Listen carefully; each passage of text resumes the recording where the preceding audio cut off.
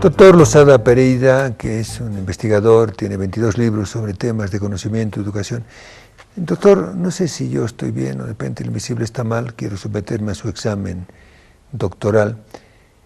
En Bolivia se insiste mucho en los docentes, en las horas de clase, en las materias, en la infraestructura de los colegios, en la parte del uniforme, que eso está bien, pero Invisible cree que el gran ceniciento o cenicienta de nuestra educación en la patria es la o el estudiante, tanto la educación fiscal como la educación particular, y los estudiantes o las estudiantas tendrían que ser los protagonistas. Yo tengo experiencias que no les voy a contar ahora, pero le agradezco tanto cuando estudié en Chile a mis docentes y hombres y mujeres que me hicieron comprender que en la universidad, de eso estoy hablando, que es donde estudié yo en Chile, la Católica, Teología y Periodismo, el estudiante es fundamental. ¿Qué dice usted? La palabra escuela surge de una palabra griega que es skole, que significa tiempo libre, que significa esparcimiento. Es decir, el sentido de la escuela ha surgido históricamente en la antigua Grecia como la institución que da lugar al ocio.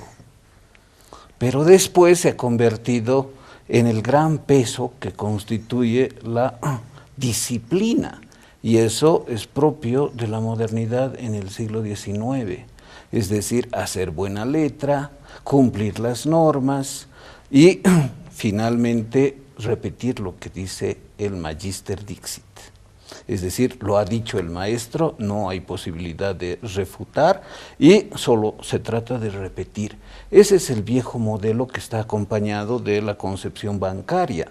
El estudiante es como una caja que hay que llenar de conocimientos. ¿Eso pasa en Bolivia hoy? Ni siquiera, pasaba antes. ¿Ahora qué pasa? Ahora todo es liberalidad y son horas cívicas y ensayos de folclore. Eso es lo que prevalece ahora. Antes, la vieja escuela de formación de maestros enseñaba a los maestros a que hicieran que los estudiantes repitieran con la concepción bancaria y de la letra entra con sangre, es decir, una concepción vertical, que no es el origen de la escuela. Pero, sin embargo, los países más desarrollados ahora y que tienen los mejores índices de evaluación de los estudiantes son los más libres, en los que no hay tareas para las casas, es decir, para la casa, no, el estudiante no lleva las tareas para hacer en su casa, son sistemas en los que no hay el manual de texto, no hay esa disciplina que tienen que cumplir, hay más libertad, pero ese es un desarrollo superior de la educación. Cuando ese desarrollo superior permite que los estudiantes puedan hacer inferencias, realizar cálculos, sean creativos, sean imaginativos, pero que también tengan una concepción científica de la realidad, que puedan leer, comprender, criticar, que tengan criterio propio y que tengan capacidad lógica matemática. Entonces, esa es la formación que vale. Hay dos curvas, la curva de autoeducación y heteroeducación, y son curvas que se cruzan. Es decir, cuanta mayor es la autoeducación, menor es la heteroeducación. En los ciclos o niveles, en realidad son niveles, ¿no? Aquí se dice ciclos, pero son niveles. En el nivel de primaria, la curva de la heteroeducación es muy alto y en cuanto avanza, disminuye hasta llegar a la universidad, la heteroeducación. Por eso está todo tan normalizado y las profesoras de primaria usan esa palabra. Vamos a normalizar. ¿Y qué significa eso? Por ejemplo, hacer ejercicios en aula para que los niños repitan mecánicamente, porque esa es la disciplina de primaria y esa es la heteroeducación que permite aprender a leer, a escribir, a comprender, etc.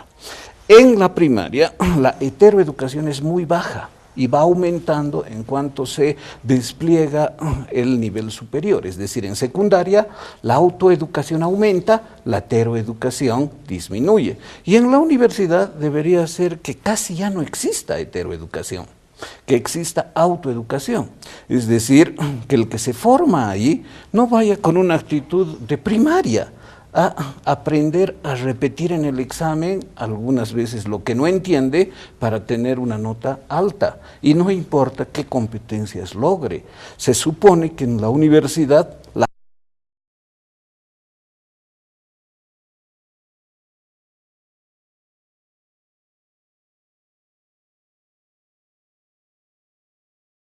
motivación por facilitación del docente una formación propia. Entonces ese es el sentido de la combinación de la auto y la heteroeducación en los distintos niveles. Si un país realiza evaluación de jóvenes de 15 años, está evaluando a los jóvenes en el tramo decisivo de su formación.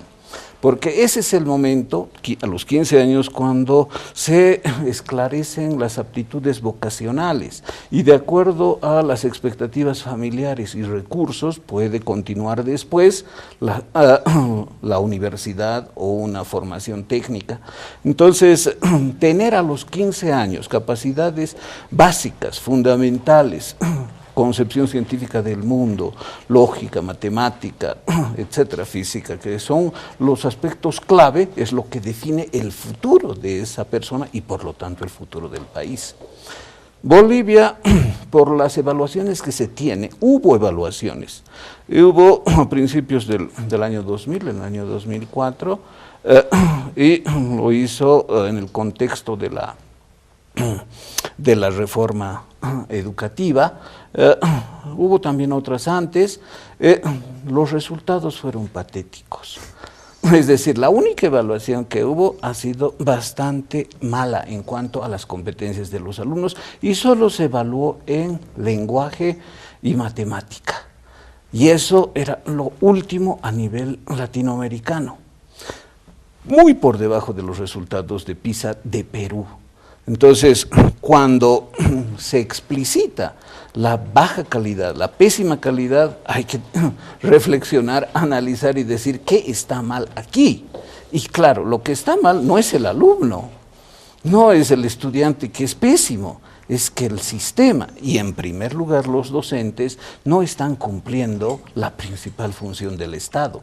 Por eso el gobierno se niega a ser parte no solamente de PISA, sino de cualquier otra medición estandarizada como la del Mercosur, por ejemplo.